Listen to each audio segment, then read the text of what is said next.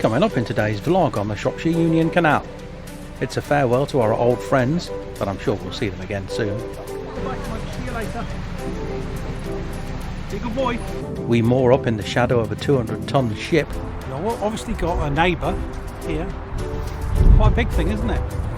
And we discover the history of the historic Ellesmere Port. The whole of Ellesmere Port is because of the canal. It is the typical canal town. Everything is here really because of the canal and the access to the River Mersey and the rest of the world.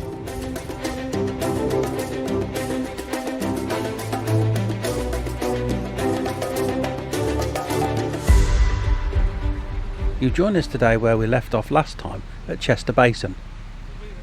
We're just leaving to go to Ellesmere Port with the bears on board and Jacaranda, who are already halfway there. Chris and Steve on Amy Joe will be hanging around because there's a baby due. See you later. Be a good boy. 8 of us had a farewell meal before we left, even though we're likely to meet up again in the near future. See you soon.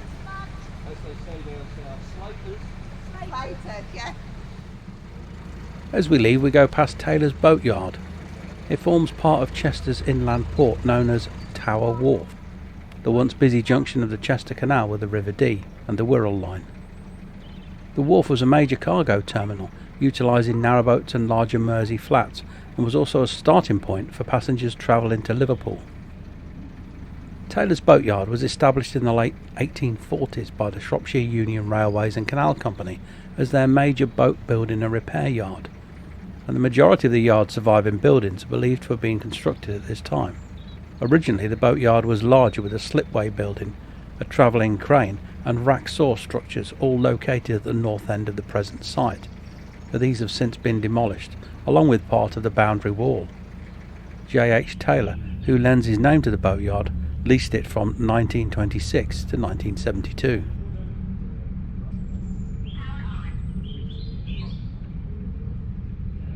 Leaving Chester behind, we're heading to Ellesmere Port.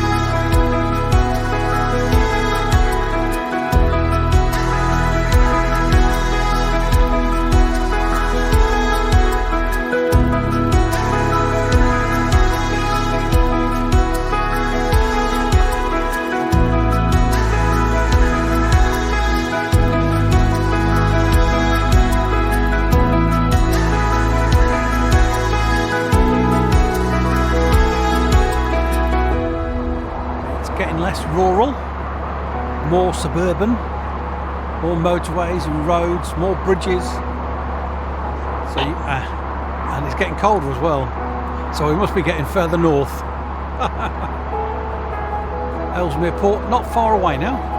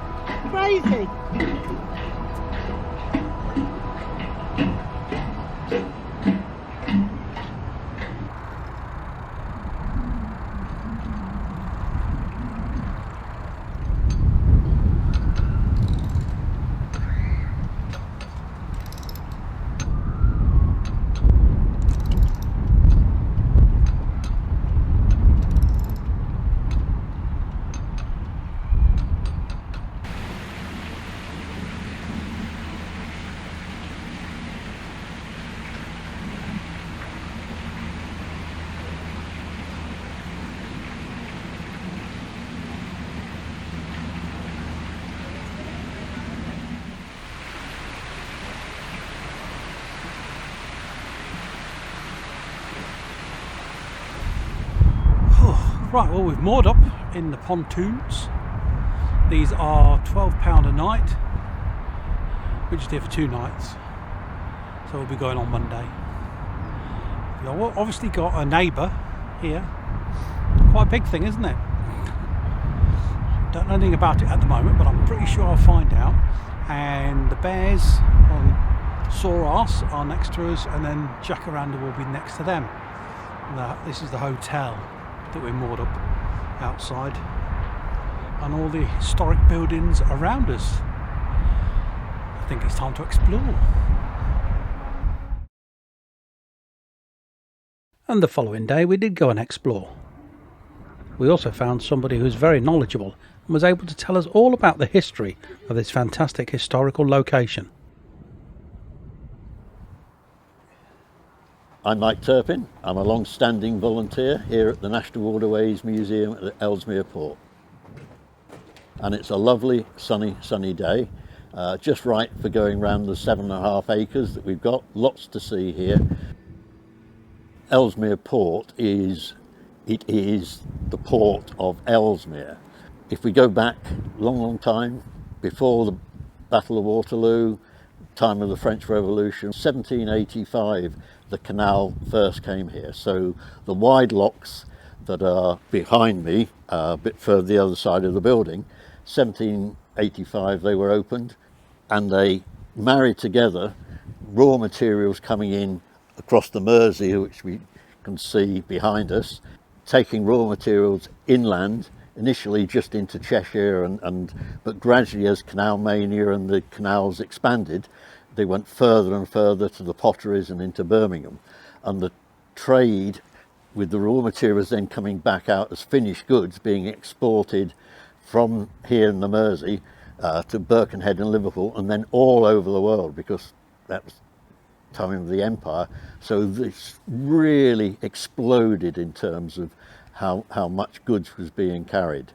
And in the 1840s, even more expansion. A lower basin was built, island warehouses, and another line of locks was put in alongside the wide locks, just like putting another lane on a motorway these days, because so much cargo was coming in and out. I mean, this really was an interchange port, and its whole history was about efficient cargo handling, doing it efficiently and quickly and economically as possible. And particularly when the railways came, there was a lot of competition. So the only way the canals could survive was really maximising their efficiency and keeping their rates low. And all around the site we see examples of that. And this slipway is just one little part of it, because here on site you had to have everything for looking after narrowboats, barges, flats, everything to do with operating them efficiently, repairing them, building them. Further down there, big flats would have been launched straight into the Mersey originally, before the ship canal, which you can see immediately in the foreground. That came much later, but all part of just continual growth and continual expansion of this trade, both inland and out to sea. So big sailing ships, for example, would come into here from Cornwall with china clay and unload, and the china clay would come up through the locks, transferred into narrowboats, taken it down to the potteries around Stoke, and back would come the pots and pans and teapots for export all over the empire. The whole of Ellesmere Port is because of the canal. It is the typical canal town. Everything is here really because of the canal and the access to the River Mersey and the rest of the world. So everything was related to the canal. And later on, for example, before the First World War, corrugated iron that was, for example, made in Wolverhampton, they moved the whole factory from Wolverhampton to Ellesmere Port to be closer to their export trade, where nearly all the corrugated iron was being exported all over the world, as well as the raw materials coming in. So we've got stories of people moving up from Wolverhampton and actually walking up the canal or hitching lifts on boats to get up here. And there's still a strong connection between the port here and Wolverhampton. The museum prides itself on saving some of those historic boats that otherwise would have been lost forever. And one such boat came to its attention not so long ago. The story behind Basuto It's a Forth and Clyde Canal puffer. You may have heard of the Vic boats, which were puffers, which went out to the Scottish Islands, but they were on the sea. But some of the puffers worked on the Forth and Clyde Canal and also went out onto the Clyde, so they were slightly smaller. The puffer name comes from the sound that the steam engines make when they puffed, and that was really because they weren't fully condensing the steam and making them more efficient. But ours is a very, very important canal puffer, and it's on the National Historic Ships National Historic Fleet, so it is really one of the 200 most important boats in this country, and that importance has helped us gain a major grant for being able to take the boat out of the water sometime during this coming year and place it on this slipway, and to recreate what this slipway was all about. So not only displaying the boat and protecting it, because once it's out of the water it's going to be conserved much more for a much longer time than sitting in the water rusting away. So it's really important that we get it out of the water, and that's going to be a major operation. So there will be a lot more stories to tell about that as we go forward. The museum have been given a grant to restore Basuto, but they're still short of their target. Details of how you, the public, can get involved are in the video description below.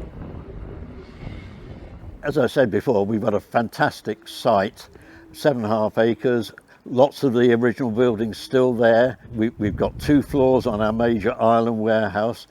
Downstairs we've got the open store with the majority of our historic objects on display.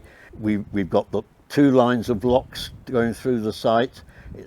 We've got a porter's row, which is original workmen's cottages kitted out in 4 different periods of history, from the 1830s to the 1950s. So you can go in there and see what your grandparents lived in. It's not your hoity-toity National Trust. This is, a working port, and it relates a lot to a lot of people.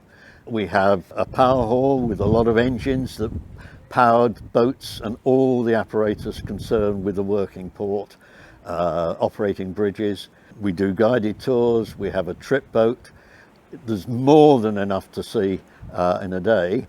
And as we're coming up to the beginning of the season, we kick off our season with our big Easter Boaters gathering, which we get 50 or 60 historic boats converging on the port.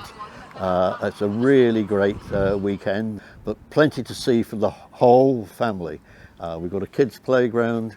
There's something for mum, dad, kids, researchers, or if you're just after a nice day out, this is the place to come. It was great fun having a look round. You could even see inside an old working narrowboat. What must it have been like to live in here?